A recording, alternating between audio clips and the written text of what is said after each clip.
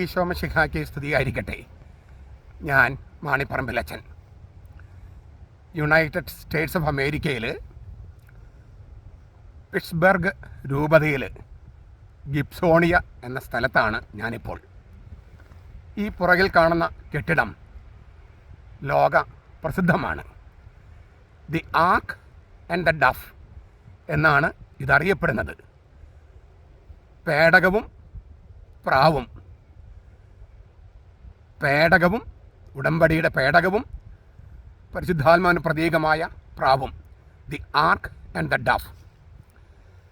1967 ഫെബ്രുവരി മാസം 18-ാം തീയതി, എനിക്കന്ന് 3 വയസ്സ്. അന്നേ ദിവസം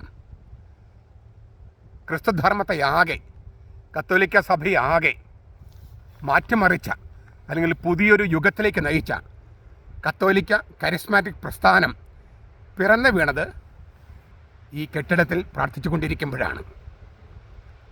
സർവകലാശാലയിലെ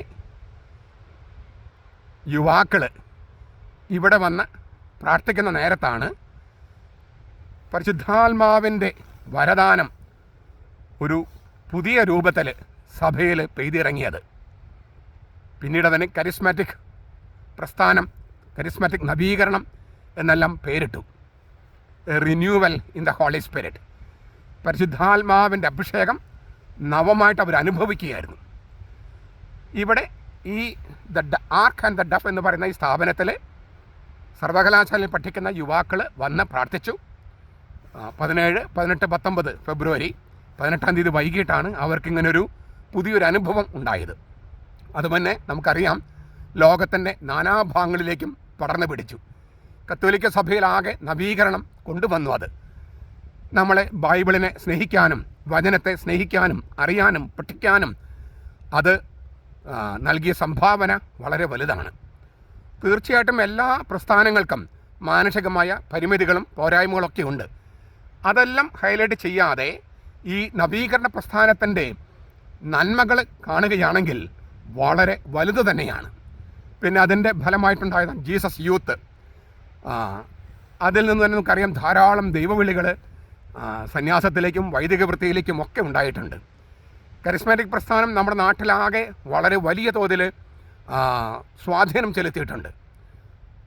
വളരെയധികം പേര് കർത്താവിന് തിരിച്ചറിയാൻ, അതായത് വെറുതെ ക്രിസ്ത്യാനി ജീവിക്കുകയല്ല, ശരിക്കും ക്രിസ്തുവിനെ അനുഭവിച്ചറിയാനും ക്രിസ്തുവിന് വേണ്ടി ജീവിതം സമർപ്പിക്കാനുമൊക്കെ ഇടയായതും ഈ കരിസ്മാറ്റിക് നവീകരണ പ്രസ്ഥാനം വഴിയാണ്. ഞാൻ പോളണ്ടിലെ ഫാദർ യാരേക്ക് എന്ന് പറഞ്ഞ അച്ഛനും ഒരു ചെറിയ ഗ്രൂപ്പുമായിട്ട് ഇവിടെ വന്നിരിക്കുകയാണ്. ഈ കരിസ്മാറ്റിക് നവീകരണവുമായി ബന്ധപ്പെട്ട് ചില കോൺഫറൻസുകൾ ഇവിടെയും പിന്നെ ടെക്സാസ് സ്റ്റേറ്റിൽ നടക്കുന്നുണ്ട്. അതുമായിട്ട് ബന്ധപ്പെട്ടാണ് ഞാനിവിടെ വന്നിരിക്കുന്നത്.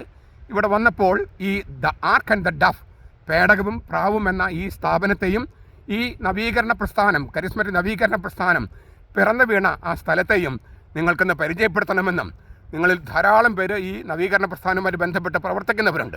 ധാരാളം പേര് മറ്റ് മതങ്ങളിൽ നിന്ന് ക്രിസ്തുധർമ്മത്തിൽ വരാൻ ഈ പ്രസ്ഥാനം കാരണമായിട്ടുണ്ട്.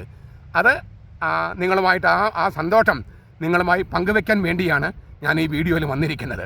നമ്മുടെ സഭയ്ക്ക് ഉണർവ് നൽകിയ, കത്തോലിക്ക സഭയ്ക്ക് ഉണർവ് നൽകിയ കരിസ്മാറ്റിക് പ്രസ്ഥാനത്തിന് തന്നെ, അതായത് പ്രൊട്ടസ്റ്റന്റ് വിഭാഗത്തിൽ കരിസ്മാറ്റിക് പ്രസ്ഥാനത്തിന് മങ്ങലേറ്റിരുന്നു. കാരണം അതിനൊരു ക്ലൈമാക്സ് ഇല്ല. വിശുദ്ധ കുർബാന എന്ന കൂദാശയില്ലാത്തത് കൊണ്ട് ഒരു ക്ലൈമാക്സ് ഇല്ല. കർത്താവുമായിട്ട് ഒന്നാകുന്ന ഒരു ക്ലൈമാക്സ് അതിനില്ല. മാത്രമല്ല, നമുക്ക് അമ്മയായി നൽകിയ പരിശുദ്ധ കന്യകാമറിയത്തെയും അവർ മാറ്റി നിർത്തിയിരിക്കുന്നു. അതുകൊണ്ട് അവിടെ ആ പ്രസ്ഥാനം വേണ്ടത്ര വിജയിക്കാതെ വന്നപ്പോൾ കത്തോലിക്ക സഭയിലാണ് കർത്താവ് ഈ പരിശുദ്ധാത്മാവിന്റെ ദാനം, വരദാനങ്ങൾ സമൃദ്ധമായി ചൊരിഞ്ഞത്. അത് ലോകത്തിന് തന്നെ മാറ്റം വരുത്തി. അത് പിറന്നു വീണ ഈ ചരിത്രപരമായ സ്ഥലത്തെ നിങ്ങൾക്ക് ഒന്ന് പരിചയപ്പെടുത്തണം. കർത്താവ് നമുക്ക് നൽകിയ ഉണർവിന്, നവീകരണത്തിന് നന്ദി പറയണം. പരിശുദ്ധാത്മാവിന്റെ വരദാനങ്ങൾക്ക് തുടർന്നും നന്ദി പറയണം. അതിൻ്റെ പോരായ്മകൾ പരിഹരിച്ചുകൊണ്ട് അടുത്തൊരു ഘട്ടം, നവീകരണത്തിൻ്റെ അടുത്ത ഘട്ടമാണ് ബൈബിളിൻ്റെ ആഴത്തിലേക്ക് കയറുക. കർത്താവ് പൊതുജനങ്ങളോട് സംസാരിച്ചു കഴിഞ്ഞ് 12 പേർക്ക് പ്രൈവറ്റായിട്ട് ട്രെയിനിങ് കൊടുത്തിരുന്നു.